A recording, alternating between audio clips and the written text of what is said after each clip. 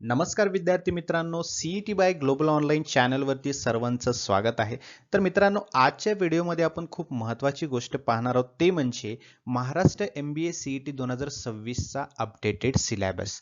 यासोबतच आपण प्रत्येक युनिट वाईज वेटेज किती असणार आहे आणि त्यासोबतच पुढील 117 दिवसामध्ये आपला हा ओव्हरऑल सिलेबस कव्हर होईल का, त्यासाठी आपल्याला काय करावं लागेल, या सर्व गोष्टींची माहिती आजच्या व्हिडिओमध्ये तुम्हाला मिळणार आहे. त्यामुळे सर्वांनी हा व्हिडिओ शेवटपर्यंत पाहायचा आहे. पुढे सरकण्याआधी अत्यंत महत्त्वाची गोष्ट जाणून घ्या विद्यार्थी मित्रांनो. कालपासूनच म्हणजे 8 डिसेंबर पासून आपली नवीन बॅच जी आहे ती सुरू झालेली आहे. Maharashtra MBA CET 2026च्या प्रिपरेशनसाठी. यामध्ये तुमचा पूर्ण सिलेबस कव्हर केला जातो लाईव्ह सेशनच्या मध्ये, ज्यामध्ये मराठी आणि इंग्लिश या कंबाईन लँग्वेजमध्ये तुमचे इंटरॅक्टिव्ह क्लासेस होणार आहेत. जर काही कारणास्तव तुमचा लाईव्ह सेशन मिस झाला तर त्याचं रेकॉर्डेड सेशन सुद्धा तुम्हाला मिळणार आहे, जेणेकरून तुमचं प्रिपरेशन कुठेही थांबणार नाही, गॅप मिळणार नाही, कंटिन्यू मध्ये तुमचं प्रिपरेशन चालू राहील. त्यासोबतच टॉपिक वाईज MCQ सुद्धा तुम्हाला मिळणार आहेत, जेणेकरून प्रत्येक टॉपिकची तयारी तुमची अगदी चांगल्या पद्धतीने होणार आहे. त्यासोबत फुल सिलेबस नोट्स आणि फुल सिलेबस मॉक टेस्ट सुद्धा मिळेल, जेणेकरून तुमचं पूर्ण प्रिपरेशन एका प्रॅक्टिस सोबत होईल आणि फुल सिलेबस नोट्स जेव्हा तुम्ही वाचाल, तुमचं रिव्हिजन सुद्धा अत्यंत चांगल्या पद्धतीचं होईल. आणि त्यासोबत एक महत्त्वाचं सोने पे सुहागा म्हणजे MCQ सिरीजचं PDF देखील तुम्हाला मिळणार आहे, जेणेकरून नवीन नवीन पद्धतीचे प्रश्नांची तुम्हाला ओळख होईल आणि कुठल्याही पद्धतीचा कसाही प्रश्न जर तुम्हाला एक्झामिनेशन मध्ये विचारला तर तो इझिली तुम्ही सॉल्व्ह करू शकाल.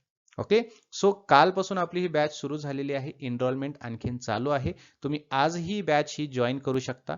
या दिलेल्या नंबरवरती व्हॉट्सअप मेसेज करा किंवा व्हॉट्सअप कॉल करा आणि ही बॅच जॉईन करा. त्या त्या व्यतिरिक्त तुम्ही ग्लोबल ऑनलाईन ॲप्लिकेशन डाउनलोड करू शकता आणि ॲप्लिकेशन थ्रू सुद्धा ही बॅच तुम्ही जॉईन करू शकता. ती कशी करायची आहे मी तुम्हाला सांगतो. बघा, प्ले स्टोअर वरती जायचंय, ग्लोबल ऑनलाईन सर्च करायचं आहे, असं ऍप्लिकेशन तुम्हाला दिसेल. इन्स्टॉल करायचंय, ओपन करायचंय ऍप्लिकेशन. ऍप्लिकेशन ओपन केल्यानंतर तुम्हाला या प्रकारचा डॅशबोर्ड दिसेल. डॅशबोर्ड मध्ये बघा, एकदम खाली या ठिकाणी स्टोअर सेक्शन आहे. स्टोअर सेक्शन वर क्लिक करायचंय. या डॅशबोर्ड मध्ये तुम्हाला सर्च बॉक्स दिसेल. सर्च बॉक्स मध्ये तुम्हाला सर्च करायचंय MBA CET. हा कोर्स तुम्हाला दिसेल. त्या कोर्सवरती क्लिक केल्यानंतर तुम्हाला खाली ऑप्शन दिसेल की जॉईन द कोर्स. जॉईन करायचंय आणि प्रिपरेशनला स्टार्ट करायचंय. एकदा का तुम्ही जॉईन केलात, मग तुम्हाला कंटेंट फोल्डर तिथे समोरच दिसेल. त्या कंटेंट फोल्डरमध्ये सर्व मटेरियल जे आहेत तुम्हाला तिथे दिसतील आणि आपले जे लाईव्ह सेशन्स आहेत, ज्यामध्ये तुमचं पूर्ण तयारी केली जाणार आहे, ते लाईव्ह सेशन सुद्धा ऍपमध्ये तुम्हाला दिसून येतील.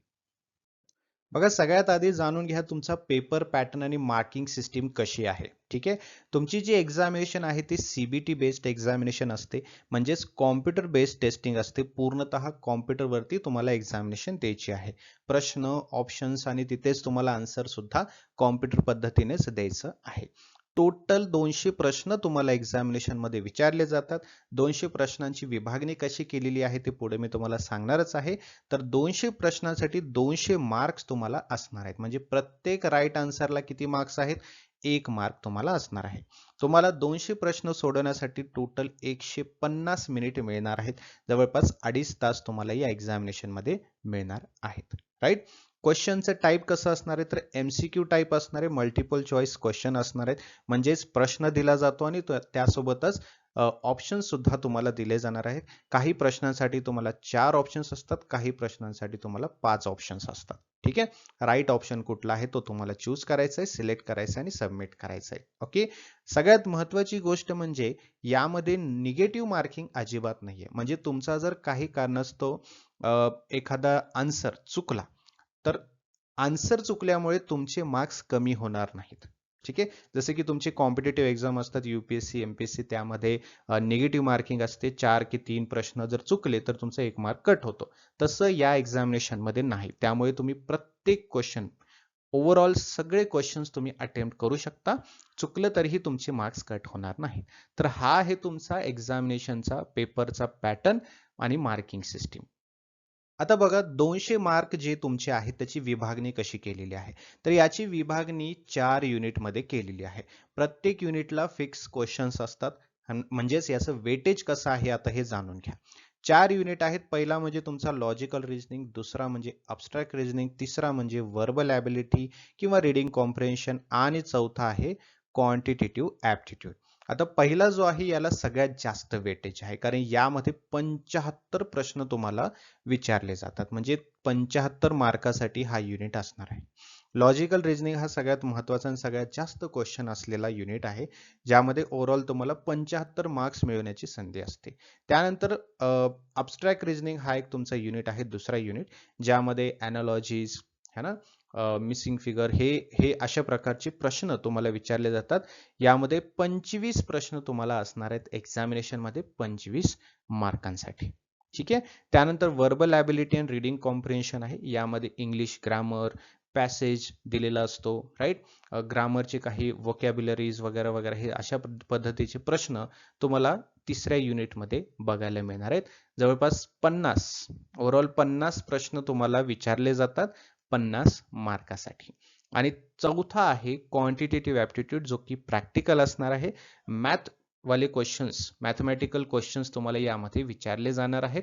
ठीक आहे. मॅथमॅटिकल क्वेश्चन्स म्हणजे जसे की तुमचे एरर डिटेक्शन्स असतील, राईट, सॉरी, पर्सेंटेज असेल, प्रॉफिट अँड लॉस है ना, time and work, time speed distance, अशा पद्धतीचे तुम्हाला ते सॉल्व्ह करावे लागतात है ना, ज्याचे पूर्ण सेशन्स आपल्या बॅचमध्ये होणार आहेत.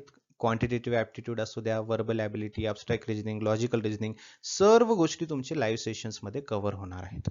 ठीक आहे. बघा, ही एक्झामची जी भाषा आहे ती पूर्णतः इंग्लिशमध्ये असणार आहे, बट आपल्याला समजण्यासाठी है ना, टर्म्स आणि वर्ड्स किंवा त्याची भाषा है ना, हे पूर्ण इंग्लिशमध्ये असणार आहे, बट शिकवण्यासाठी आपण पूर्णतः ते मराठीमध्ये घेणार आहोत, म्हणजे प्रत्येक आपल्या महाराष्ट्राच्या विद्यार्थ्याला ते समजणार आहे. ठीक आहे. सो क्वांटिटेटिव्ह ॲप्टिट्यूड मध्ये तुम्हाला 50 प्रश्न असतात 50 मार्कासाठी. असं टोटल तुमचे 200 प्रश्न एक्झाम मध्ये विचारले जातात 200 मार्कासाठी. आलं लक्षात? सो हा आहे तुमचा वेटेज एक्झामिनेशनचा.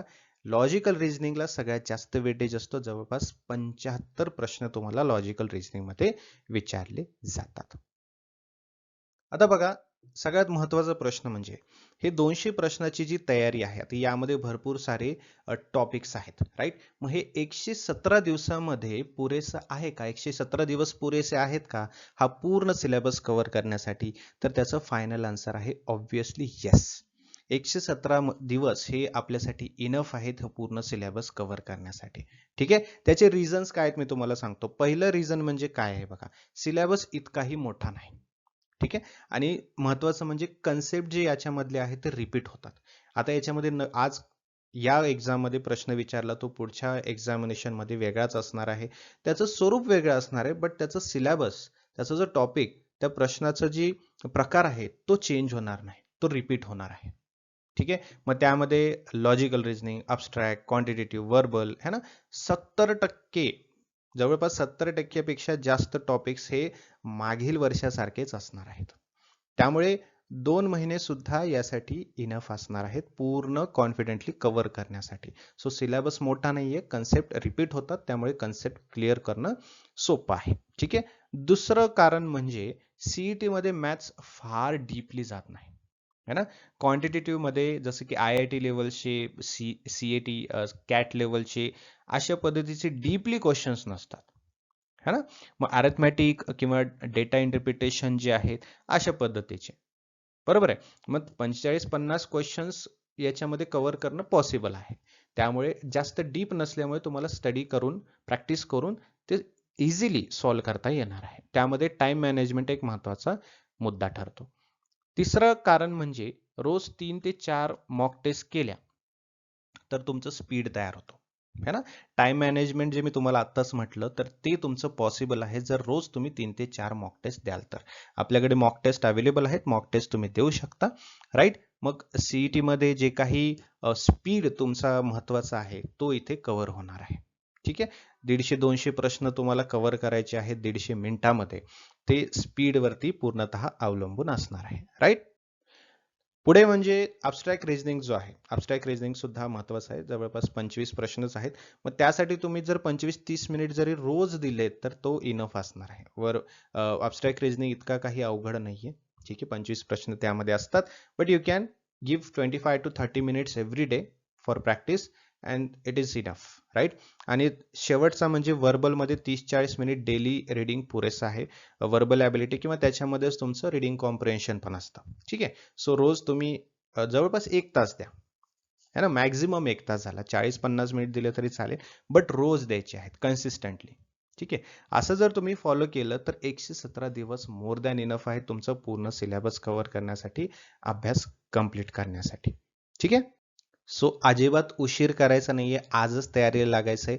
तुम्ही या नंबरवरती व्हॉट्सअप मेसेज किंवा व्हॉट्सअप कॉल करून हा कोर्स जॉईन करू शकता आणि प्रिपरेशनला स्टार्ट करू शकता, जिथे सब्जेक्ट एक्सपर्ट तुम्हाला वेळोवेळी गाईड करणार आहेत, तुमचं प्रिपरेशन कंप्लीट करून देणार आहेत. ठीक आहे. सो आजच तयारीला लागा. आणखीन काहीही डाऊट असेल तर कमेंट बॉक्समध्ये तुम्ही मला विचारू शकता, त्याचं सोल्युशन मी तुम्हाला व्हिडिओमध्ये देऊन टाकेन. Thank you so much. Have a great day. See you in the next session.